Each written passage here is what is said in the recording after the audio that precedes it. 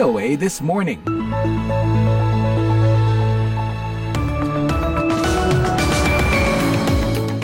Halo, good morning, selamat pagi dan selamat berjumpa lagi dalam siaran VOA This Morning edisi Jumat 22 November 2024. Pendengar siaran ini dipancarkan dari Studio 17 VOA di Washington DC.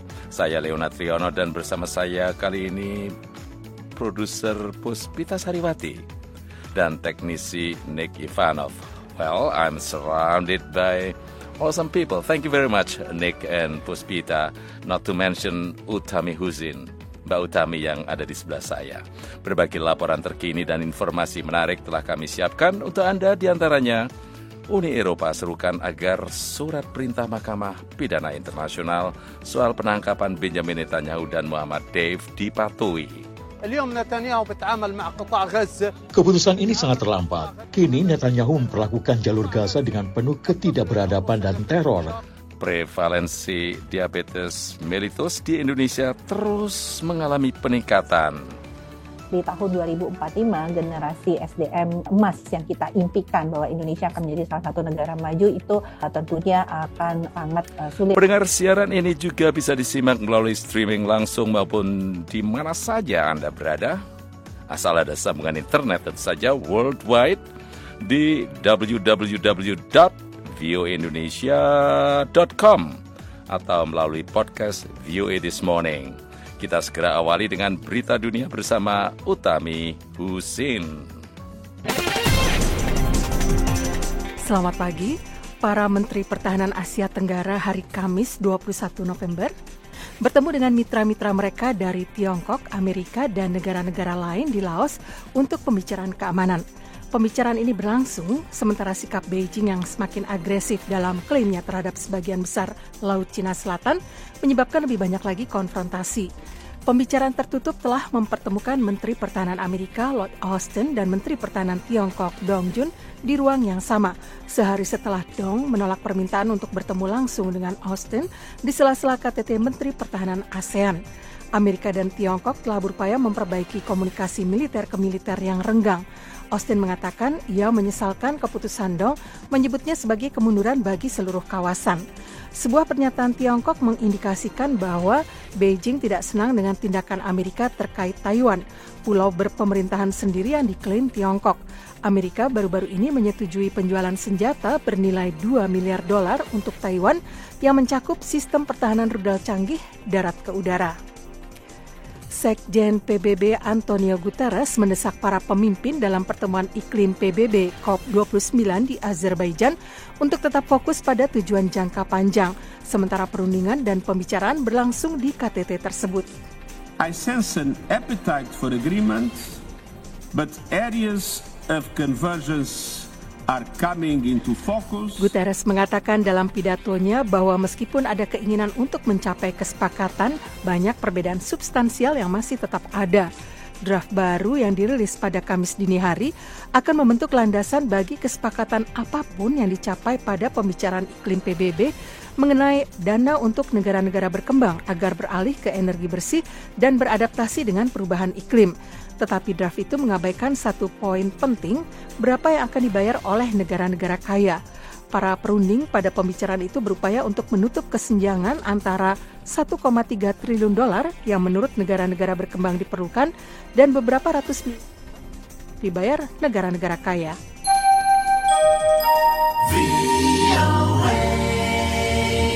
Beralih ke Moskow, Presiden Vladimir Putin Kamis mengatakan Rusia telah menguji coba sebuah rudal jarak menengah baru dalam serangan terhadap Ukraina.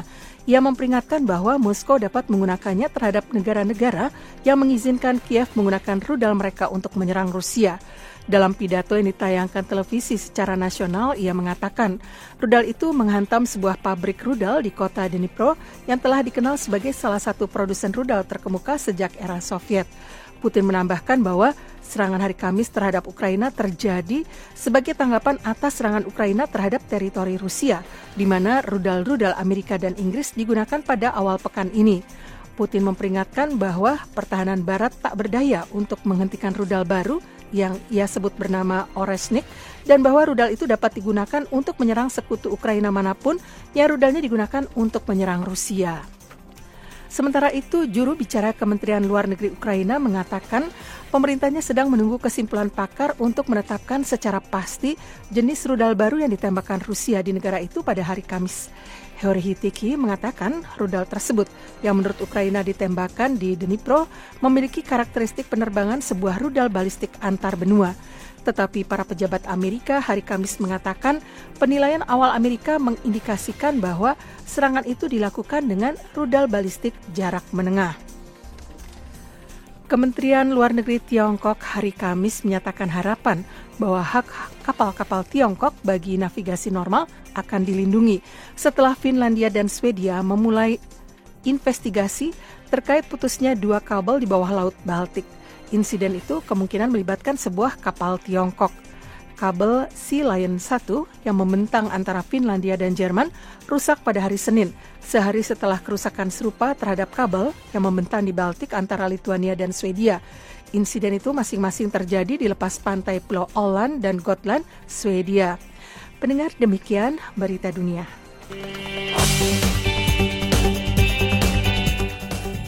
Mahkamah Pidana Internasional International Criminal Court ICC mengeluarkan surat perintah penangkapan terhadap Perdana Menteri Israel Benjamin Netanyahu dan Kepala Militer Hamas Mohammad Deif.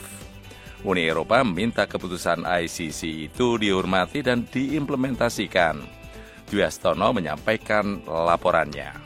Mahkamah Pidana Internasional atau ICC pada Kamis mengeluarkan surat perintah penangkapan terhadap Perdana Menteri Israel Benjamin Netanyahu dan mantan Menteri Pertahanan Israel Yoav Gallant, serta Kepala Militer Hamas Mohammad Deif. Langkah ICC tersebut telah secara teoritis membatasi pergerakan Netanyahu, karena 124 negara anggota ICC kini berkewajiban untuk menangkapnya jika berada di wilayah mereka. Netanyahu menuduh ICC menunjukkan sikap antisemitisme dengan surat perintah penangkapan tersebut. ICC mengatakan surat perintah penangkapan juga dikeluarkan untuk Kepala Militer Hamas Mohammad Deif. Hamas menyambut baik surat perintah penangkapan ICC terhadap Netanyahu dan Gallant. Amerika Serikat menolak keputusan ICC. Juru bicara Dewan Keamanan Nasional Amerika menyatakan bahwa pihaknya sangat prihatin atas ketergesaan jaksa meminta surat perintah penangkapan dan kekeliruan proses yang meresahkan untuk mencapai putusan tersebut. Sementara pada konferensi pers di Amman, Yordania, Kepala Kebijakan Luar Negeri Uni Eropa Josep Borrell dan Menteri Luar Negeri Yordania Ayman Safadi mengatakan bahwa keputusan Mahkamah Pidana Internasional harus dihormati dan diimplementasikan. Borrell mengatakan bahwa keputusan ICC bukanlah keputusan politik. This decision is a binding decision. Keputusan ini sebuah keputusan yang mengikat dan semua negara anggota mahkamah yang mencakup semua anggota Uni Eropa terikat untuk melaksanakan keputusan pengadilan ini. Sebagian warga Gaza menyambut optimistis kabar mengenai surat perintah penangkapan tersebut. Sisanya menanggapi dengan skeptis, termasuk Ahmed Kudaih yang harus mengungsi akibat peperangan di wilayah tersebut. Keputusan ini sangat terlambat. Kini Netanyahu memperlakukan jalur Gaza dengan penuh ketidakberadaban dan teror. Di jalur Gaza, apakah seorang anak usia 2 tahun terlibat dalam peristiwa 7 Oktober? Tidak, ia tidak terlibat dalam peristiwa 7 Oktober. Apakah saya terlibat dalam peristiwa 7 Oktober? Tidak, saya tidak terlibat. Ia menjadikan peristiwa 7 Oktober sebagai dalih untuk melakukan kejahatan di jalur Gaza. Di sisi lain, pendukung Netanyahu tidak percaya akan keputusan ICC untuk mengeluarkan surat perintah penangkapan terhadap Netanyahu. Salah satunya adalah Yafit Baruch. Apa yang tidak Anda mengerti? Apakah Anda tidak melihat apa yang terjadi di Prancis? Apa Anda tidak melihat yang terjadi di seluruh Eropa? Anda tidak melihat semua tindakan antisemitisme yang terjadi? Dan satu-satunya negara yang melawannya juga sedang memerangi Hamas. Pertama-tama, saya tidak akan membiarkan Anda menangkap Netanyahu.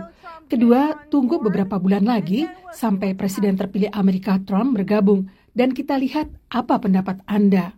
Rifan Dwi Astono, VOA, Washington. Pendengar, Presiden terpilih Amerika Donald Trump mengatakan di akun Truth Social miliknya bahwa pejabat tertinggi perbatasan atau border share yang dipilihnya akan bertanggung jawab atas semua deportasi orang asing ilegal kembali ke negara asal mereka. Reporter VOA Veronica Viavane melaporkan dan selengkapnya disampaikan oleh Arif Budiman. Tom Homan, pilihan Donald Trump untuk posisi border czar, telah bekerja selama lebih dari 30 tahun dalam pengawasan imigrasi federal. Homan mengatakan pada Konvensi Nasional Partai Republik tahun ini bahwa setiap presiden telah mengatakan dia akan mengamankan perbatasan, namun hanya Trumplah yang melakukannya. He created the most secure border in our history. Dia menciptakan perbatasan paling aman dalam sejarah kita. Dan itu adalah fakta yang sangat jelas. Data membuktikannya. Dan Anda tahu, dia akan melakukannya lagi. Saat kampanye, Trump menjanjikan deportasi massal terhadap imigran tidak berdokumen. Immediately upon taking the oath of office, I will launch the largest. Segera setelah saya dilantik, saya akan meluncurkan program deportasi terbesar dalam sejarah Amerika. Meskipun para ahli mencatat bahwa migrasi dan tingkat kejahatan tidak ada hubungannya, Homan mengatakan deportasi akan memperbaiki apa yang disebutnya kekeliruan kebijakan imigrasi pada masa kepresidenan Joe Biden. President Trump is going to end the Biden-Harris open border madness. Presiden Trump akan mengakhiri kekacauan yang muncul akibat kebijakan perbatasan terbuka Biden-Harris.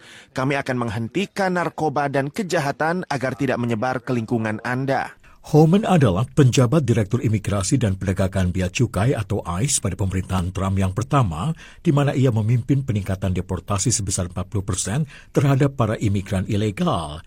Mantan legislator negara bagian Florida, Daisy Bates mengatakan niat Trump untuk mencalonkan Homan adalah peringatan bagi komunitas imigran. Si tú eres ciudadano o residente permanente, no tienes ninguna seguridad. Jika Anda bukan warga negara atau penduduk tetap, Anda tidak punya jaminan untuk tinggal di negara ini.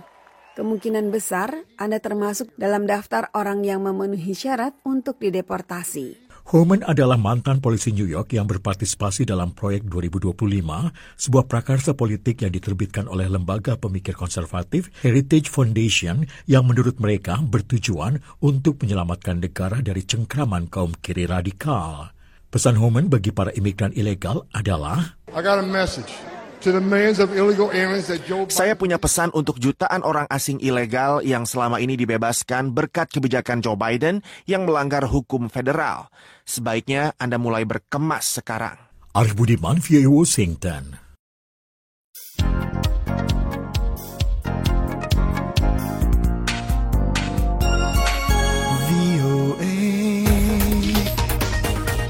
Kementerian Kesehatan Indonesia menyatakan diperlukan kesadaran masyarakat untuk melakukan screening kesehatan untuk deteksi dini penyakit diabetes mellitus.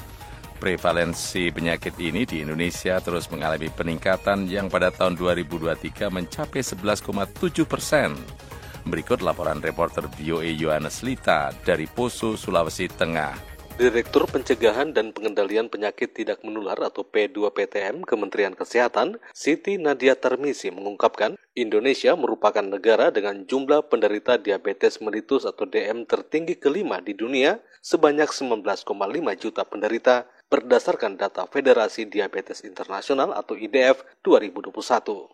Jumlah tersebut diperkirakan akan meningkat menjadi 28,6 juta pada 2045 bila tidak segera ditangani mengingat prevalensinya yang tinggi. Pada tahun 2023, menurut catatan Kemenkes, prevalensinya sebesar 11,7% dan terus meningkat. Siti mengatakan keadaan ini mengkhawatirkan dan bisa mengancam upaya Indonesia mewujudkan Indonesia Emas 2045. Di tahun 2045, generasi SDM emas yang kita impikan bahwa Indonesia akan menjadi salah satu negara maju itu tentunya akan sangat sulit tercapai. Kata Siti Nadia dalam temu media Hari Diabetes Sedunia Selasa 19 November secara daring yang diselenggarakan dalam rangka memperingati Hari Diabetes Sedunia pada tanggal 14 November yang pada tahun ini mengangkat tema diabetes dan kesejahteraan. Sejumlah referensi menyebutkan diabetes mellitus atau DM atau kencing manis adalah penyakit kronis yang ditandai dengan tingginya kadar gula darah. Penyakit ini terjadi ketika tubuh tidak dapat memproduksi insulin secara memadai atau tidak merespon insulin secara normal. Diabetes mellitus dapat menyebabkan komplikasi kesehatan yang fatal seperti penyakit jantung, gagal ginjal, kebutaan, amputasi, dan bahkan kematian. Menurut Siti, prevalensi diabetes mellitus di Indonesia mengalami peningkatan dari 5,7% pada tahun 2007 menjadi 11,7% pada tahun 2023 berdasarkan hasil Survei Kesehatan Indonesia atau SKI 2023. Yang memprihatinkan katanya, hanya 1 dari 4 hingga 5 orang penderita mengetahui bahwa mereka menderita diabetes dan hanya 1 dari 4 hingga 5 orang penderita diabetes yang mendapat tata laksana di fasilitas pelayanan kesehatan. Direktur Eksekutif International Pediatry Association, Profesor Aman Pulungan mengungkapkan di seluruh dunia diperkirakan ada 12 juta anak yang mengidap diabetes mellitus tipe 1. Sementara di Indonesia berdasarkan data Ikatan Dokter Anak Indonesia atau IDAI 2017 hingga 2019, terdapat 1.249 anak dengan diabetes mellitus tipe 1. Aman mengatakan angka sesungguhnya diperkirakan lebih tinggi mengingat rendahnya kesadaran terhadap penyakit tersebut, kurangnya diagnosis dan kekeliruan diagnosis. Diabetes mellitus tipe 1 adalah kondisi di mana tubuh benar-benar berhenti memproduksi insulin karena kerusakan sel pankreas, sehingga pasien harus menerima suplai insulin dari luar tubuh secara rutin. Usia saat terdiagnosis itu paling banyak memang usia ini. 5-9 sampai 10-14. Jadi kalau mau kita screening itu idealnya ya pas anak mulai sekolah. Dari Kabupaten Poso, Sulawesi Tengah, Yones Lita melaporkan untuk VOA Washington.